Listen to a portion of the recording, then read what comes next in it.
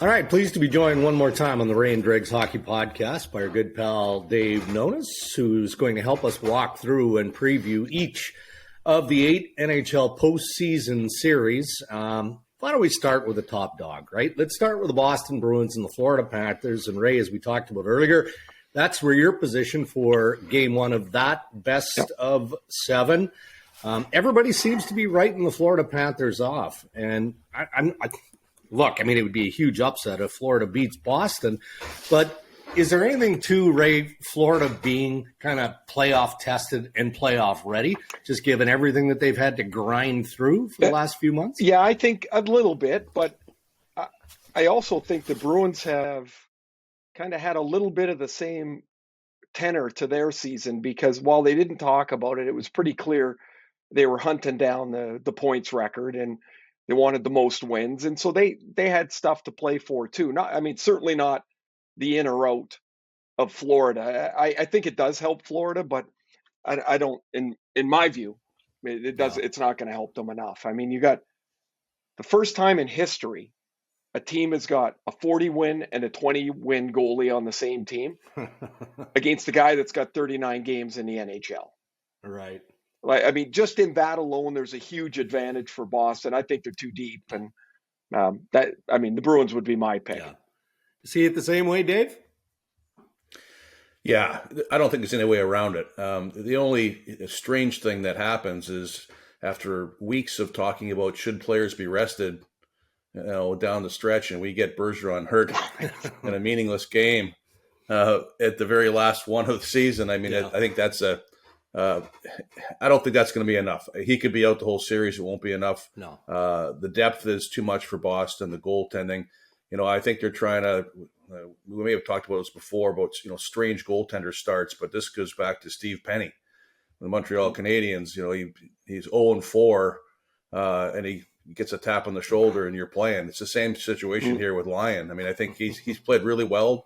Unexpectedly, maybe he'll give him a spark, but this will not be enough for the Boston Bruins to lose to the Florida Panthers. All right, Toronto and Tampa Bay, and Ray, last week on the podcast, I mean, you're pretty bullish with what you see in the Toronto Maple Leafs. All due respect to the Tampa Bay Lightning. I mean, God, they've been such a good team for so long, but it does feel like Toronto is as ready as they've ever been. So is this going to be a 6-7 game series? 6. I think Toronto wins in 6. I think this is the best version of the Toronto Maple Leafs over the last 4 or 5 years, and it's I'll call it the worst, but it's the least powerful version of the Tampa Bay Lightning over that same time period.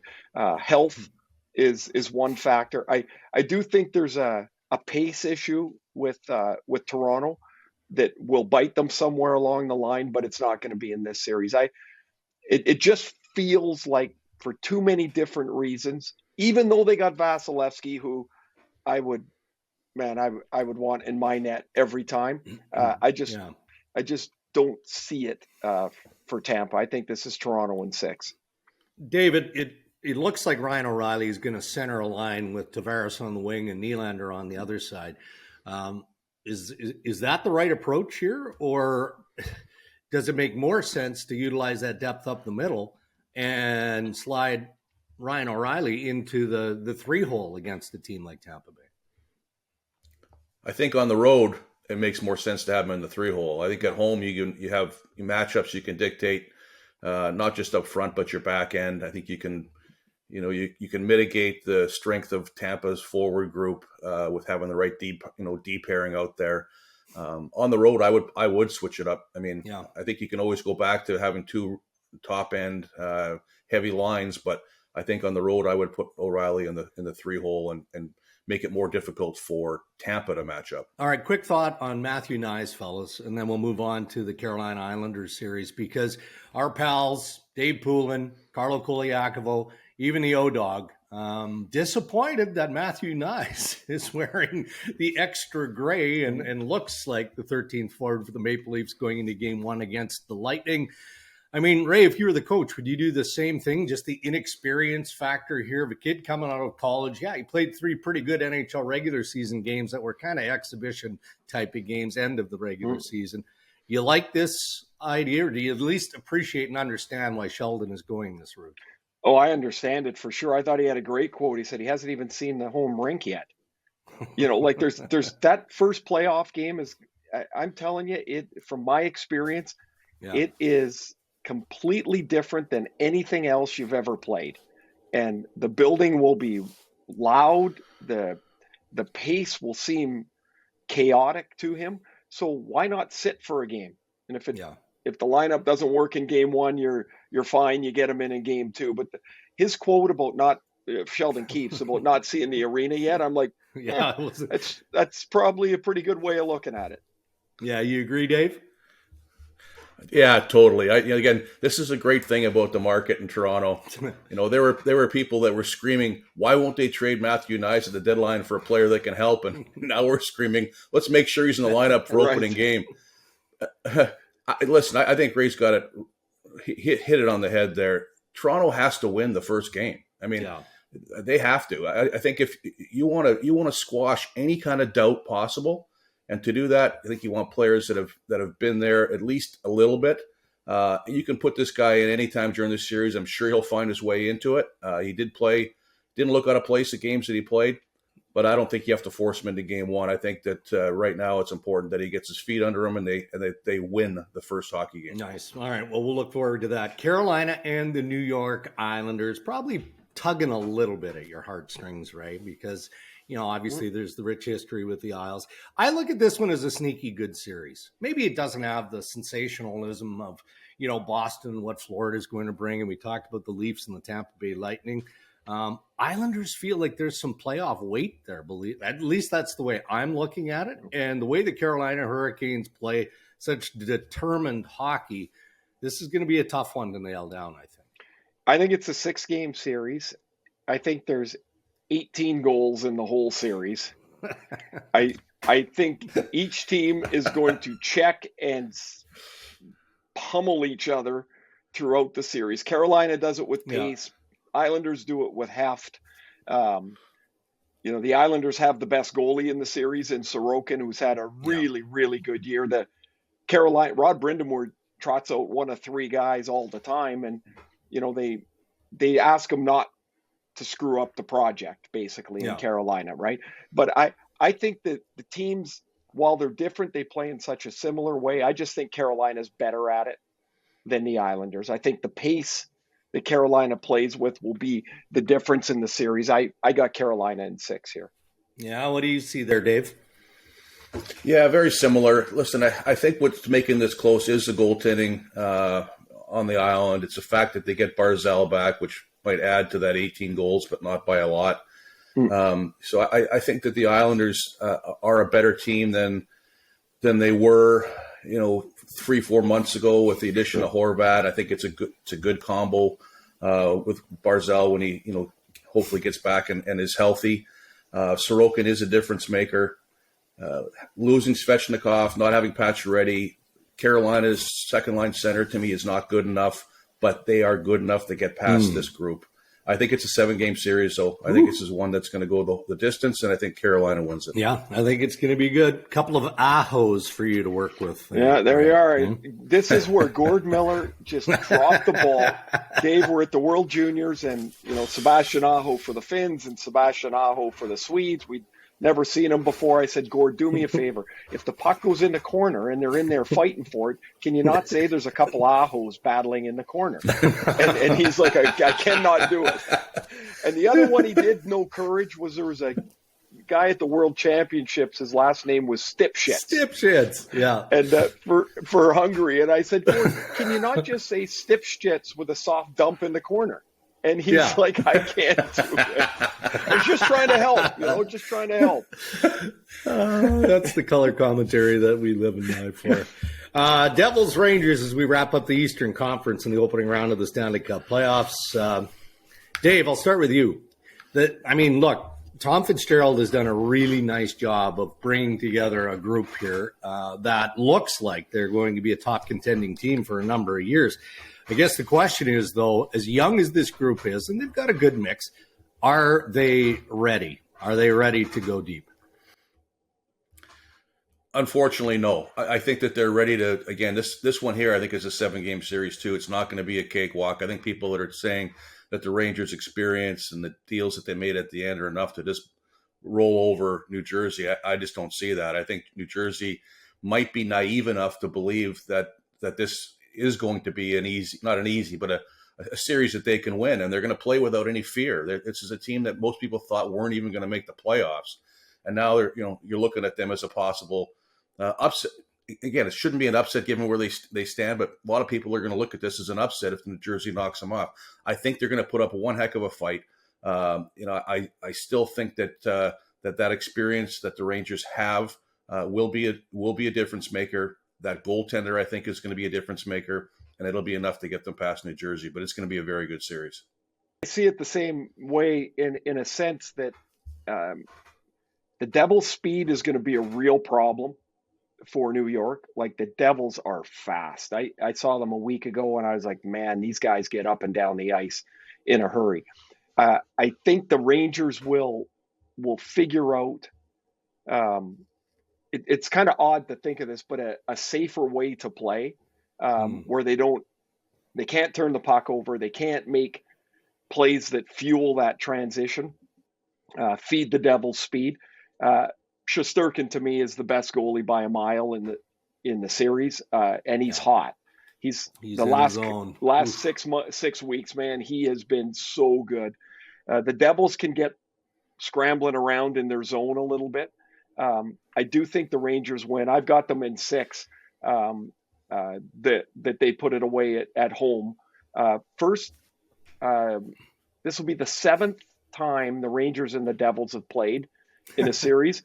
And it's the first time without Marty Brodeur, which is just kind of crazy. Although Marty will be in a suit, but he'll be there. He'll be there, but he's just not going to have the pads on. All right, Western Conference. Let's start with the 2 Canadian series. Oilers and the Los Angeles Kings. I mean, I don't know that LA gets enough credit for how well defensively they are and how hard that they can check. But in saying that, Dave, is it just a bit of a mismatch? Just a bit of a mismatch when you look at the top end and all the firepower that the Edmonton Oilers have. And then you've got the additions of Ekholm and Bjugstad. And, Edmonton seems to be a more well-rounded team, obviously, based on the additions. I think that they are. There's a couple things that play into it, too. How healthy is LA going to be in this series? Yeah. They've got some injuries there that could be a factor. I think that they're very well coached. I think they play like you said, a very solid defensive game. I think there's not getting enough credit for how they play as a team. Yeah. They also added a pretty good goalie. I mean, Korpisalo had a pretty good conclusion of the season with LA. Looks poised to start. I think he's going to be a difficult person to solve. But I think Edmonton's got too much there. Their players, their high-end players are just too good. The addition of Ekholm helps a ton. I think committing to Skinner as early as they did to be their guy has helped him feel like a starter and believe in himself as a player. I think there's too much there to challenge. I think Edmonton gets past in 6 games. Yeah, the injuries, are both up front, to them. And, Kevin Fiala is a hell of a player and a real important part for the Kings. And Gabe Vilardi broke out this year, had 23 goals as a 23-year-old. And I think they're going to miss them. That Edmonton power play is a difference maker. I mean, no matter what you do to kill penalties, eventually you're going to take 3 in a game. And if they go just on the league average, that's 1 goal a game, right? They're right around 33%, 31%, I think is where they finished. I like Edmonton's size now to combat anybody in the playoffs. You mentioned Ekholm, they got Desharnais, who's a enormous human that, kills penalties and plays on that third pair. He's 7th round pick. Dave, you would know better than anybody, man. That's found money. If you've got somebody you can plug in for 12 or 14 minutes. Kane is back and rounding his game into shape. Bjugstad's is a big boy in the bottom 6 of their lineup. They got McLeod back. And of course you got the big boys at the top. I just think LA's too much or Edmonton's too much, but I think it's a long series. I really do. I think this one goes 7. I'm always cautious trying to identify upset series. So I'm going to qualify by saying I think there's potential for upset in favor of Winnipeg over the Vegas Golden Knights. But 3 weeks ago, I wouldn't have said that. I mean, it looked bleak 3 weeks ago for Winnipeg. I mean, they were in complete disarray, but Connor Hellebuyck kind of threw the team on his back. Bonus puts Scheifele on the wing, and that seems to get some things going. So, Ray, let's start with you in this series. There's so many different storylines and injuries a part of that, right? You've got Mark Stone, you've got Eichel coming back into the mix and playing in a playoff series now. Nikolai Ehlers has a question mark beside him. How do you see this series shaping up? This has the one, to me, to have the most random result. Difficulty to look at and to predict because of all the stuff you just touched on. Winnipeg has the chance of being that one team that has hit their gear at the right time. And you're right. 3 weeks ago, I mean, every time we talk, Dregs, it's, can they find a way in? Can they, how the hell are they going to get their game back? It was so lost. And then all of a sudden it wasn't anymore. I think they've got a chance in this series, a really good chance. I also think there's a chance Vegas uses 3 goalies in the series. Like it's a wild scenario. If Mark Stone can give Vegas a reasonable facsimile of Mark Stone, I think that's a difference maker for them. He missed the last 39 games with his back injury, but if he can just help their penalty killing a bit, help their power play a bit, give them decent minutes. I mean, his conditioning can't be great. He's going to be behind the bus a bit, but he's a hell of a player and he makes them a better team for sure. I've got Vegas in 7 here. David? Yeah, this is a tough one. We've talked before about it. I think everyone wants to write off Winnipeg just because of how unpredictable they were for 30 of their last 40 hockey games. They seem to have got it together. You look at their lineup, and there's a lot to like there. If they're healthy, that's a pretty good team. This is a team that some people at the start of the season said, this is a team I picked for to win the Stanley Cup or to at least play in it.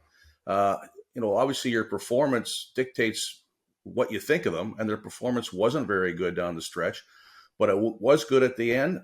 I think the goaltending is something that is really, really going to be, could be the difference maker. Like Ray said, you might see 3 goalies in the net for Vegas. I'm going to pick Winnipeg, and I think it's the one series that I think could be the major upset, and it's major only because of how they played, not because of the quality of their players. So I'm going to pick them in 7 hockey games. All right, I like it. Dallas, Minnesota. There's something about this Dallas Stars team that continues to grab my eye. We got to make these ridiculous predictions in the TSN playoff preview, and I picked Dallas to go to the conference final. I guess we'll see how that plays out. But yeah, you're right. They are ridiculous predictions. Go ahead. Well, how do you see Dallas and Minnesota?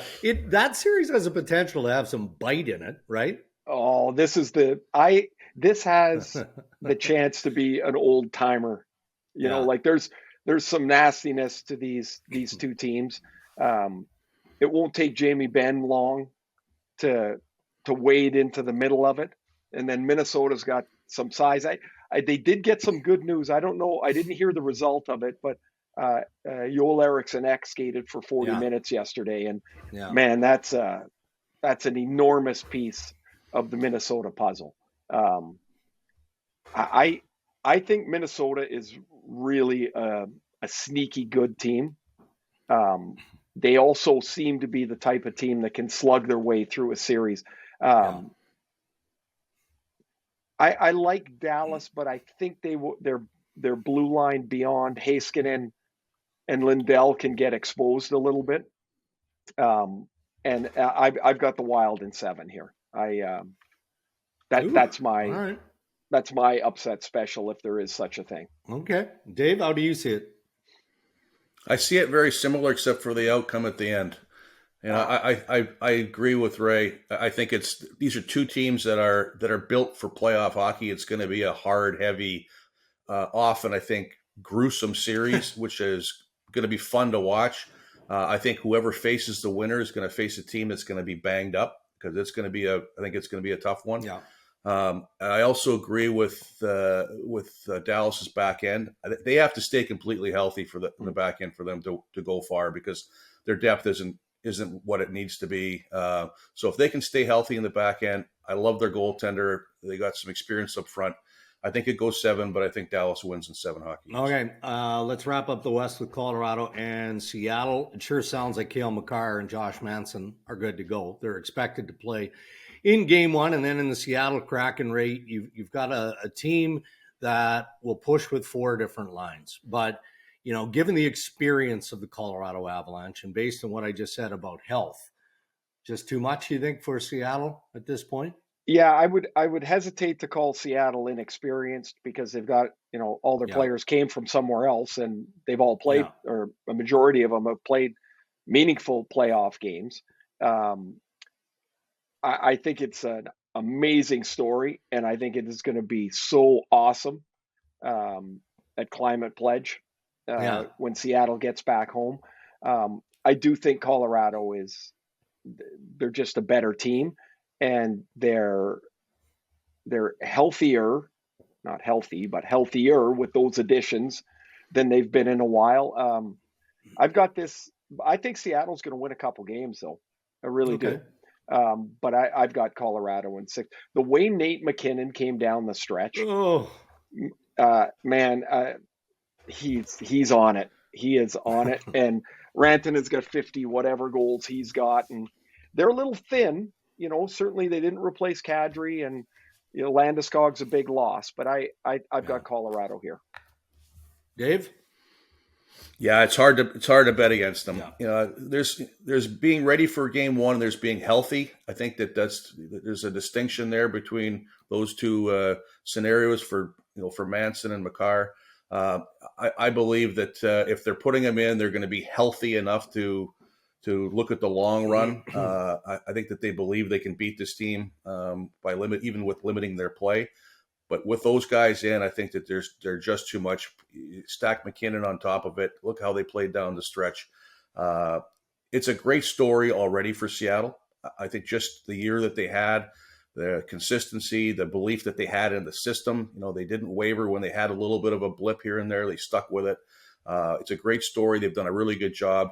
I agree they're going to win a couple hockey games, but it won't get past that, and they'll lose in 6. All right, good stuff. We'll wrap up. We'll leave it there, Dave, but put you on the spot before we do. Who's your early Stanley Cup favorite team? How can you not pick Boston? I mean, I think just the depth of that group, not just their season, but I think the depth of the team, the additions that they put on the roster at the deadline were really helpful. Listen, if they end up playing against the Colorado or an Edmonton in the Stanley Cup final, teams that can play at that pace, there's only one group of defensemen that can play against those players and actually win. And to me, that's the Boston Bruins. How about in Game 1? It looks like the scratches for Boston are going to be Trent Frederick, who's got 17 goals, and Matt Grzelcyk, who's plus 48. Plus 48. I know that stat doesn't mean what it used to, but plus 48. Was he on for a goal against this year? That's how deep they usually are. When you see plus 48, you think they're counting practice. Yes, exactly. I mean, that's a big number. Dave, in Atlanta, in counting practice, we had nobody that was a plus player, including practice too. Excellent stuff, Dave. Thanks for joining us, and we'll get you back as the postseason unfolds. Sounds good. Thanks for having me. Thanks, Dave.